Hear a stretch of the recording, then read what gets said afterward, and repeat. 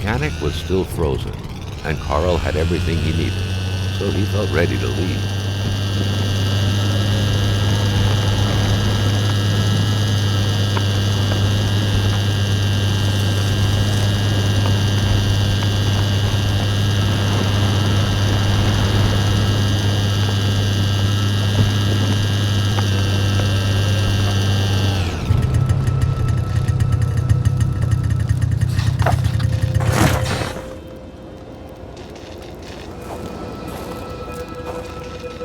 The track was fresh. That meant the car sunk down just a little while ago.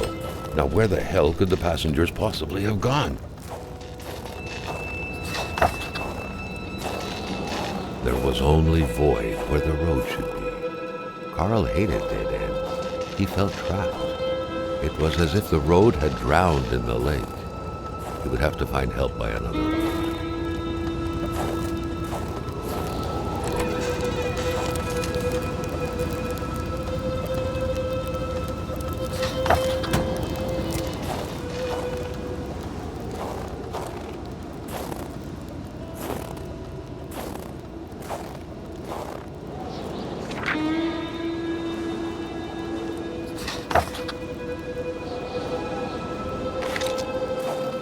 Someone must have dropped this in a hurry, but whoever did was heading into the woods.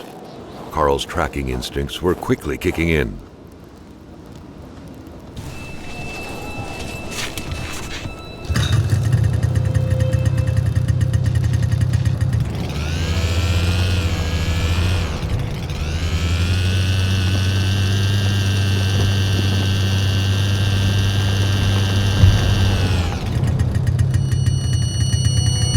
Carl knew he was suddenly shivering.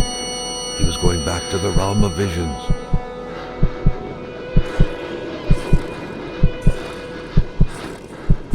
Carl had no issue recognizing the spirit-like figures, but he couldn't figure out what they wanted from him.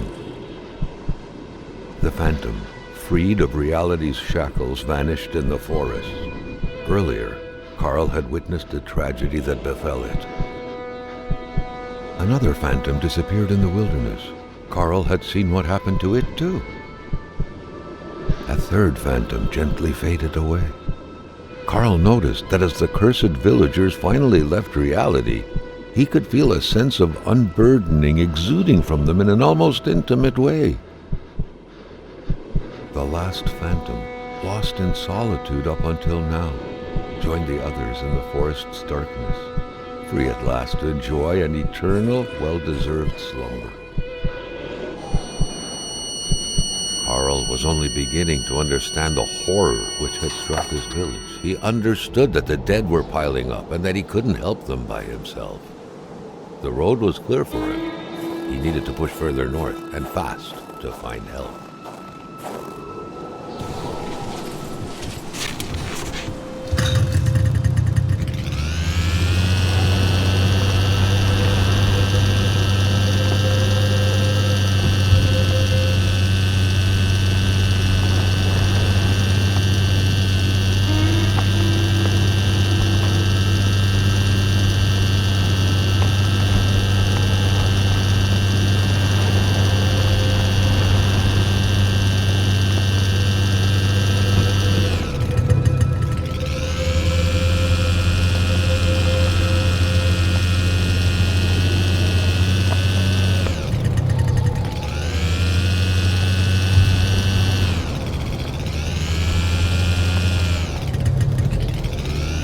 Another diary. Carl felt like someone was trying to communicate with him. Or was it simply the result of happenstance?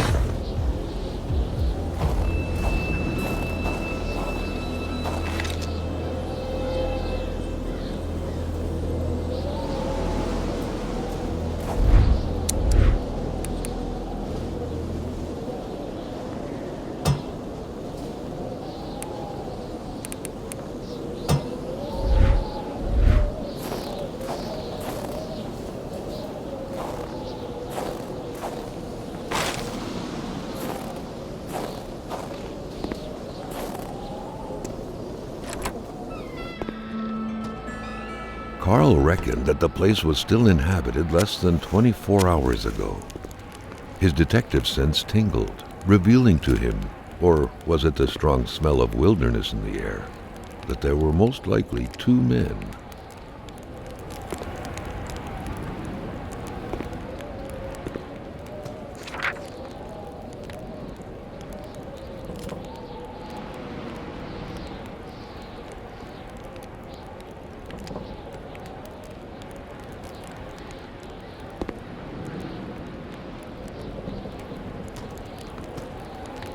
There should be a rifle hanging there.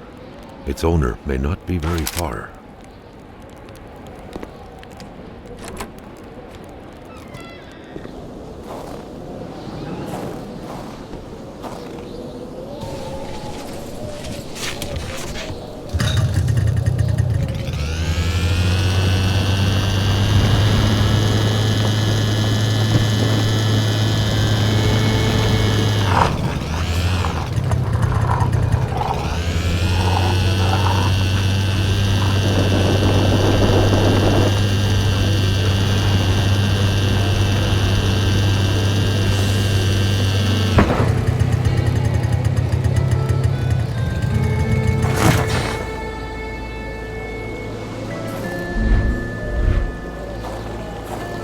Seems like the elements showed mercy to those nice and solid-looking planks.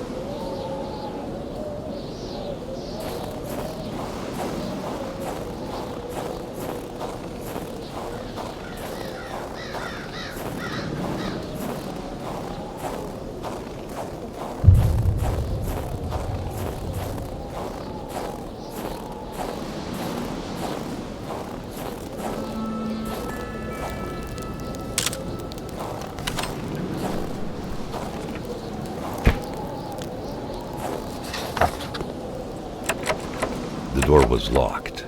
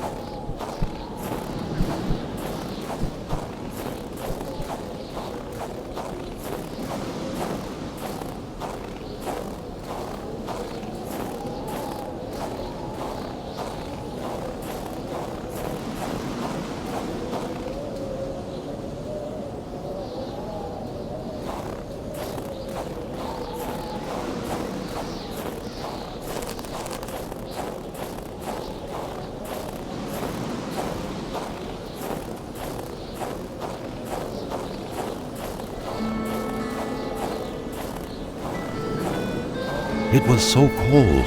Already Carl did not feel his toes anymore.